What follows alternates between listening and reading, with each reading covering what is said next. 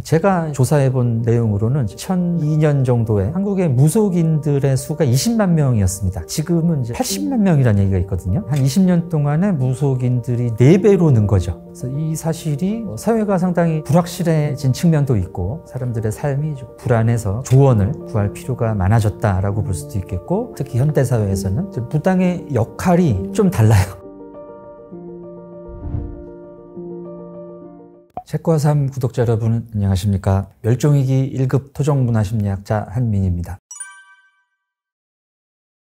사주나 점사, 신점 같은 경우는 항상 한국 사람들과 함께 있었다고 저는 생각하는데, 근데 이제 최근 같은 경우에는 기존 종교의 영향력이 좀 감소가 되고 불확실성이 사회가 굉장히 커졌지 않습니까? 경제적으로도 그렇고 정치적으로도 그렇고 세계적으로도 불안감이 고조가 되면서 사람들이 이런 이제 불안감을 좀 감소시키고 어딘가에 나를 의지하고자 하는 이런 욕구들이 기성 종교로는 조금 충족되기 어려운 측면들, 이런 게 사주나 점, 무속 쪽으로 많이 드러나는 것 같습니다. 왜냐하면 사주나 무속, 타로 이런 것들은 사람들이 궁금한 거를 바로바로 답을 주잖아요. 취업이 언제 될 것 같다라든지 누구를 만나면 언제쯤 결혼하겠느냐 이런 등등 내가 가장 알고 싶은 이런 답을 바로바로 주기 때문에 아무래도 좀 쉽게 접근을 하게 되는 것 같습니다. 제가 이제 조사해본 내용으로는 2002년 정도에 한국의 무속인들의 수가 20만 명이었습니다. 그 당시에. 지금은 이제 국가 통계는 아닙니다만은 10만 명이라는 얘기가 있거든요. 그러니까 그동안에 한 20년 동안에 무속인들이 4배로 는 거죠. 그래서 이 사실이 이제 그동안에 사회가 상당히 좀 불확실해진 측면도 있고 사람들의 삶이 좀 불안해서 조언을 구할 필요가 많아졌다라고 볼 수도 있겠고, 지금 젊은 세대들은 저희 세대만 해도 무속, 점 이런 거 하면은 되게 비과학적이고 미신이다 이런 생각이 있었거든요. 그래서 좀 꺼려지고 이걸 하는 게 내가 현대인으로서 과학적 사고를 가진 사람으로서 좀 해서는 안 될 게 아닌가? 이런 느낌이 있었어요. 최근에는 무속이라든지 타로 이런 게 상당히 라이트하게 받아들여지고 있는 것 같습니다. 예능에도 나오고 이런 분들이 또 미신이고 좀 미개하다 이런 인식보다는 내가 가볍게 내 삶에 필요한 조언을 얻는다 이런 차원에서 젊은 세대에서 쉽게 접근을 하기 시작한 게 아닌가 싶네요. 이거는 이제 한국 사람들의 종교에 대한 태도가 종교적인 대상을 내가 숭배하는 게 중요한 게 아니고 내가 어떤 종교를 가지고 있든지 이 종교가 내 삶에 도움이 되는 쪽으로 쓰이면 된다 해서 이제 아주 옛날부터 어떤 종교가 한국에 있었던 건 간에 한국 사람들이 그 종교에 비는 거는 비슷했거든요. 우리 집안 잘 되게 해주세요. 건강하게 해주세요. 부자 되게 해주세요. 등등. 그렇기 때문에 내가 지금 어떤 종교를 가지고 있더라도 그 종교에서 얻을 수 없는 거라면은 좀 다른 쪽에서도 그거를 도움을 받을 수 있다. 이런 생각이 있는 것 같아요. 그래서 예전부터 계속 대대로 불교 집안이었던 집안이 교회를 갑자기 다니시거나 목사를 3대 배출한 집안인데 무속인 하시는 분도 계시고 그렇거든요. 그런 식으로 내 생활에, 내 삶에 직접적인 도움이 되는 쪽이 있다면 종교적인 대상은 크게 중요하지 않다. 이런 차원에서 그런 일들도 일어나는 것 같습니다. 저도 사주를 좀 볼 줄 아는데 명리학 쪽에서 하는 얘기는 과거는 굉장히 잘 맞는다고 얘기를 해요. 왜냐하면 이제 과거는 좀 사후 설명식이기 때문에 사주에 이제 이런 이론으로 설명할 수 있는 부분이 지금 이 사람이 자기가 경험한 거니까 이게 그거였군요 라고 이제 본인도 생각할 수가 있는 부분이 많다는 거죠. 근데 미래는 아직 일어나지 않은 일이기 때문에 이게 어떤 식으로 풀릴지 명확하게 얘기할 수 없는 측면이 많습니다. 근데 신점은 좀 달라요. 신점은 신적 존재가, 초자연적인 존재가 직접 말씀을 하신 거기 때문에 이건 조금 다른데, 이 무속인들한테 여쭤보면은 이것도 장기적보다는 몇 달, 1, 2년 내외 요거는 좀 맞을 확률이 있다고 하시긴 하세요. 중요한 거는 심리학적으로 분명히 자기 충족적 예언, 자기 실현적 예언이라는 부분이 있습니다. 그래서 내가 이제 좋은 얘기를 들었으면은 좋게 풀릴 거야 라고 해서 실질적으로 내가 좋게 풀릴 것 같은 일들을 많이 하고 그래서 진짜 좋은 결과로 이어질 경우가 많다는 거죠. 잘 될 거라는 얘기를 들었으면 기분 좋게 잘 살 수 있으니까 그 정도로 받아들이시는 게 좋지 않을까 그렇게 생각하고 있습니다. 샤머니즘이라고 해서 종교가 아닌 건 아니고요. 그러니까 종교의 여러 유형 중 하나라고 보실 수가 있겠는데, 샤머니즘이라는 건 이제 샤먼, 다시 말해서 내가 신계로 가든가 신을 내가 받든가 해가지고 신과 직접 소통할 수 있는 사람이 샤먼이에요. 그래서 이런 샤먼을 중심으로 어떤 신앙 형태가 이루어지는 종교를 샤머니즘이라고 합니다. 한국의 이런 이제 무속이라고 할 수 있는 전통 종교가 샤먼, 다시 말해서 이제 무당을 중심으로, 무당이 이제 신을 받아서 공수를 주고 사람들의 문제를 해결해 주고 이런 형식으로 이루어지기 때문에 이 한국의 전통 종교를 샤머니즘 계열의 종교라고 볼 수 있는 거죠. 무당의 역할이 상담가로서의 역할이 굉장히 강조돼 있죠. 특히 현대사회에서는. 근데 전통적으로는 이제 무당은 제의를 집전하는 제사장의 역할을 우선적으로 했습니다. 기원을 하는 존재죠.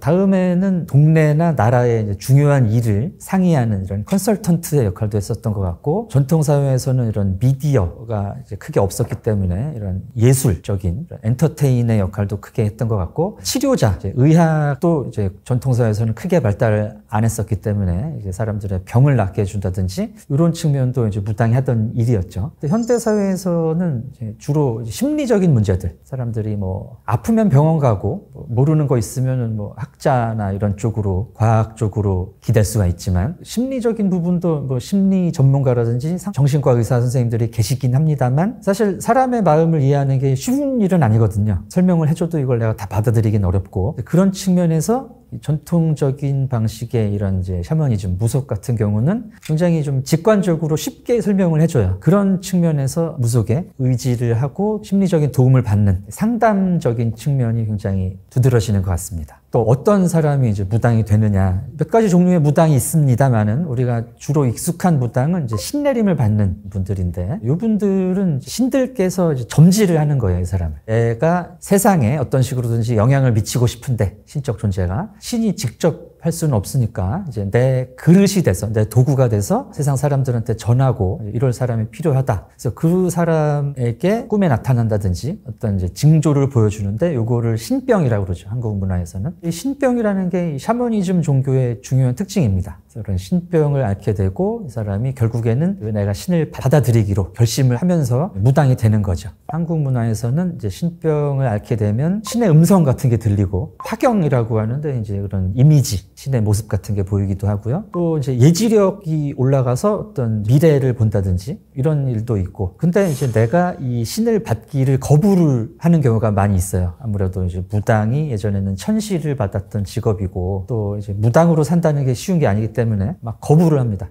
그렇게 되면 몸이 아프거나 주변에 안 좋은 일이 일어난다든지 이제 이런 부정적인 사건이 있죠. 그래서 굉장히 고민을 많이 하고 고생을 많이 하다가 결국에는 이제 신을 받아들일 수밖에 없는 이런 쪽으로 좀 상황이 몰려가죠. 신이 그렇게 이제 요구를 하신다고 하는데, 안 받아들이면 병이 심해진다든지, 거의 뭐 생활을 할 수 없이 먹으면 더 토하고, 몸이 아픈데 병원에 가도 의사는 모르겠다고 하고, 이런 식으로 가서 결국에는 무속인한테 가서 신내림을 받아야 된다, 이런 얘기를 들을 수밖에 없게 되죠. 끝까지 거부를 하면은 어떤 경우에는 자식한테 간다. 내가 가장 사랑하는, 내가 이런 삶을 안 살게 해줬으면 좋겠을 그런 대상한테 신이 간다. 그 얘기를 들으면 어쩔 수 없이 자기가 이제 무당이 되기로 결심을 하는 경우가 많습니다. 한국 무속의 중요한 특징이 신을 받는다는 점입니다. 샤머니즘 계열의 종교가 주로 이제 시베리아, 퉁구스 이런 이제 북방 전통이거든요. 이쪽의 샤머니즘은 샤먼들이, 무당들이 자기가 신계로 가요. 자기가 어떤 막 제의를 한다든지 주문을 외운다든지 하면서 트랜스 상태, 접신 상태가 돼서 이제 자기가 신계로 가서 신들과 뭐 얘기를 하고 신의 말씀을 듣고 다시 인간계로 와가지고 신의 말씀을 전합니다. 근데 한국 무당들은 신을 모셔와요. 인간 세계로. 신이 내려올 때는 이제 무당의 몸으로 들어옵니다. 이 점이 굉장히 이제 독특한 측면인데, 연구자들은 이제 말씀하시기를, 저도 그렇게 주장을 하고 있고, 한국 사람들이 상당히 자기들이 잘났다고 생각하는 측면이 있습니다. 재밌게 얘기를 드리자면, 좀 전문 용어로 말씀드리면 이제 자기 가치감을 높게 평가한다, 이렇게 말씀을 드릴 수가 있겠는데, 내가 대단한 존재이기 때문에 신들을 불러온다는 측면이 있고요. 또 하나 이제 제가 생각하기로는 한국 사람들은 직접 보고 싶은 욕구도 강한 것 같아요. 그래서 무당이 혼자 자기가 뭐 신계로 가가지고 제가 듣고 왔어요 이렇게 얘기를 하는 것보다는 신이 직접 내 눈 앞에서 내려오시는 거를 보고 싶은 욕구가 있다. 그래서 무당의 몸으로 들어오셨긴 했지만, 무당이 뭐 작두를 탄다든지 날카로운 칼을 갖다가 자기 목에 막 찌르고 이런 거를 하는데 안 다친다. 그럼 신이 내려왔다는 것을 사람들은 이제 느낄 수가 있는 것이죠. 그런 이제 사람들의 욕구 때문에 한국 무속의 형태가, 현상이 이렇게 차이가 나는 것 같습니다. 외국 사람들은 이제 태몽을 흔히 꾸지 않습니다. 꿈을 꿔도 역사적인 중요한 인물, 위인들 이런 사람들의 태몽이 좀 남아있는 경우인데 사례로 한국 사람들은 모든 사람들이 다 태몽을 가지고 있잖아요. 이런 측면이 이제 한국 사람들이 뭔가 종교적인 부분이 발달해 있다라고 볼 수 있을 것 같아요. 역사적으로 삼국시대, 고려시대, 조선도 뭐 유교의 나라였고 또 현대 한국이 된다면은 상당히 이 개신교라든가 카톨릭의 영향력이 급속하게 커졌는데 동양 쪽 나라에서는 이렇게 서양 종교가 한국처럼 비중 있는 나라들이 잘 없습니다. 그런 쪽에서도 한국 사람들은 상당히 좀 종교적인 부분이 있다. 그래서 꼭 종교로 뭐 현세에서의 복을 빌고 기복신앙이다 뭐 이런 측면만 있는 게 아니라 신을 좀 내가 만나고 싶고 신과 접하고 싶고 또 그냥 접하는 게 아니라 좀 1대1로 소통하고자 하는 욕구도 적지 않은데 태몽이라는 것도 이제 그런 근거가 되는 거죠. 태몽뿐만 아니라 이런 예지몽이랄지 이런 쪽으로도 말씀하신 분들도 많이 있거든요. 그래서 오늘은 뭐 꿈자리가 안 좋으니까 회사를 하루 쉰다든가 이런 얘기하시는 분들도 있고 좋은 꿈 꿨으니까 복권 사야지 이런 분들도 계시고 소위 유일신 계열 종교 다시 말해서 카톨릭이라든지 뭐 개신교, 이슬람 문화권에도 이런 자기가 신적 존재와 직접 소통할 수 있다라고 주장하는 사람들이 있죠. 그래서 뭐 유럽이나 미국에 또 이제 영매라는 사람들이 계시고, 그래서 그 사람들이 이런 종교와는 별개로 사람들의 어떤 문제를 해결해 주든지 연계와 소통을 하는 종류의 일을 합니다. 또 제가 최근에 알파고 씨한테 들은 얘기인데 이슬람 문화권에서도 이런 게 있다고 해요. 그래서 엄밀하게는 이제 이슬람이라는 종교에서 그런 행위를 하는 것은 금지돼 있지만 사람들이 암암리에 몰래 아버지가 돌아가셨는데 좋은데 못 가시는 것 같다. 그런 사람들을 찾아가서 어떻게 하면 이걸 해결할 수 있겠느냐. 뭐 이런 해결책이 있다는 거죠. 그리고 또 뭐 주된 종교가 이런 유일신 종교가 아닌 쪽에서는 당연히 주술사라든지 샤먼이라든지 이런 사람들이 연계하고 연결을 해준다든가 신하고 이렇게 접촉을 할 수 있는 이런 방법을 소개해주고 사람들을 돕는 그런 루트들이 많이 있습니다.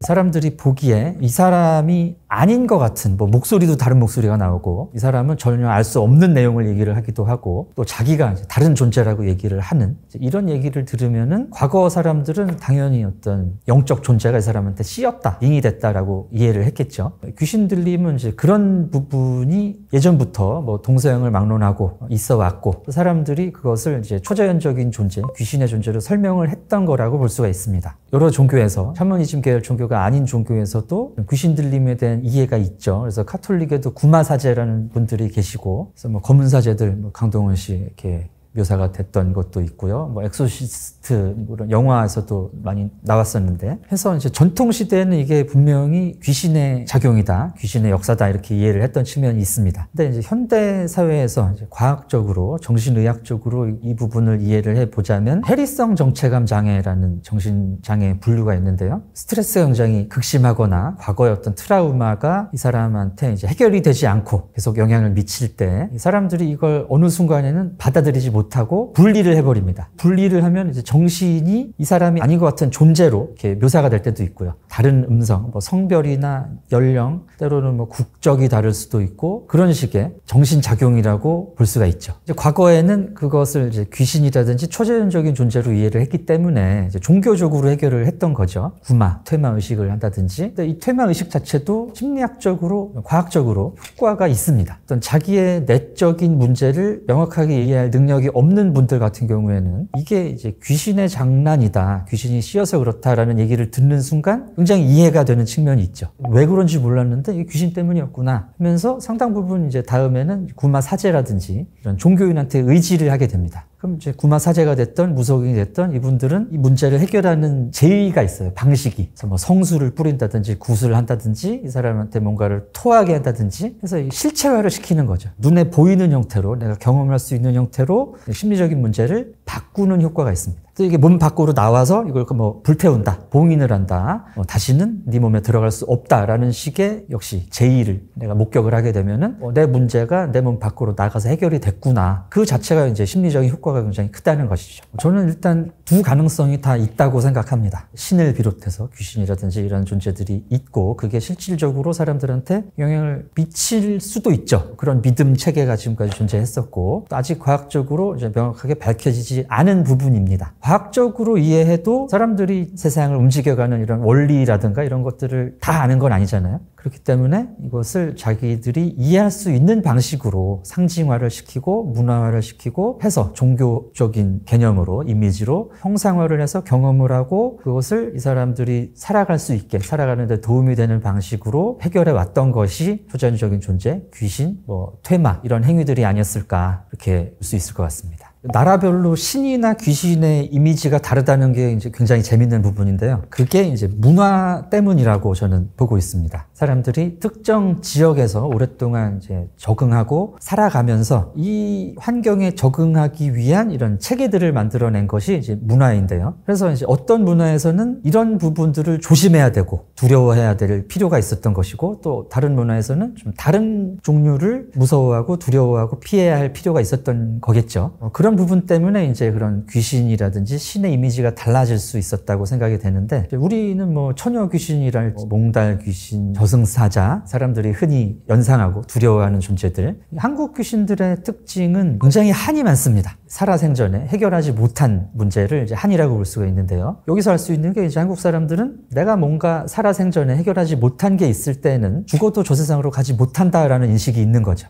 그래서 이걸 꼭 풀고 어떤 꺼림칙하거나 한이 없는 상태에서 저 세상으로 가고 싶은 욕구가 있는 거죠. 그게 안 된 존재들은 귀신이 되고 그게 나타나서 사람들한테 해를 끼칠 수 있다. 그렇기 때문에 한국 귀신들은 예전부터 이제 사또한테 주로 나타났잖아요. 가지고 억울합니다. 그래서 이제 민원을 넣고 사또가 해결을 해주시면은 갈 수 있겠다. 이렇게 해서 저 세상으로 갔던 것이고요. 일본에는 귀신 외에도 이제 요괴 종류도 굉장히 많고 이제 일본 사람들이 두려워하는 게 되게 많습니다. 자연적인 이미지들, 오니라든지 지역마다 상당히 많아요. 눈 많이 오는 지역에는 설려 이런 존재들도 있고 유키온나라고 해가지고 바다 쪽에는 이런 바닥 귀신들 상당히 많은데 이런 부분들은 일본 사람들이 상당히 이제 전통사회에서 폐쇄적인 공간에서 살면서 다른 지역 또 다른 존재들에 대한 이런 두려움 같은 게 반영된 거라고 또 볼 수가 있을 것 같고요. 또 일본 귀신이라고 할 수 있는 존재들의 중요한 특징은 주로 귀신이 출몰한다는 구역들이 있어요. 나와바리가 있고요. 그 지역에 들어가면은 귀신들이 이제 사람들을 공격을 하는데 한국 귀신처럼 내 원한을, 내 한을 해결해달라는 얘기를 하는 게 아니라 그냥 내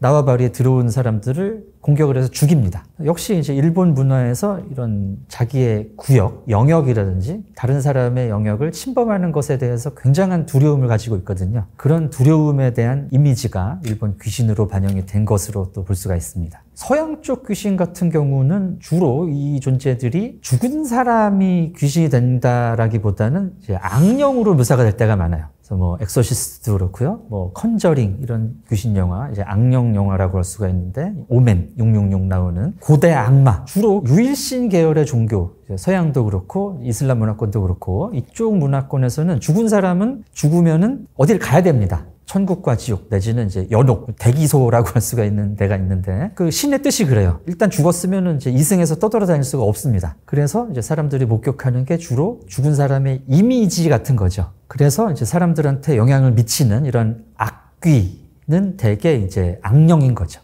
또 다른 존재인 거죠. 기독교나 이런 이슬람 교리에서는 악마나 악령 같은 존재들도 이제 신의 피조물이거든요. 신께서 이 사람들을 시험하거나 사람들에게 어떤 시련을 주기 위해서 일종의 이제 용역으로 쓰시는 존재가 이제 악령인데 이 중에 조금 맛이 가거나 좀 이제 타락한 존재들이 그런 악령이 돼서 사람들을 괴롭힌다라는 인식이 있는 것 같습니다.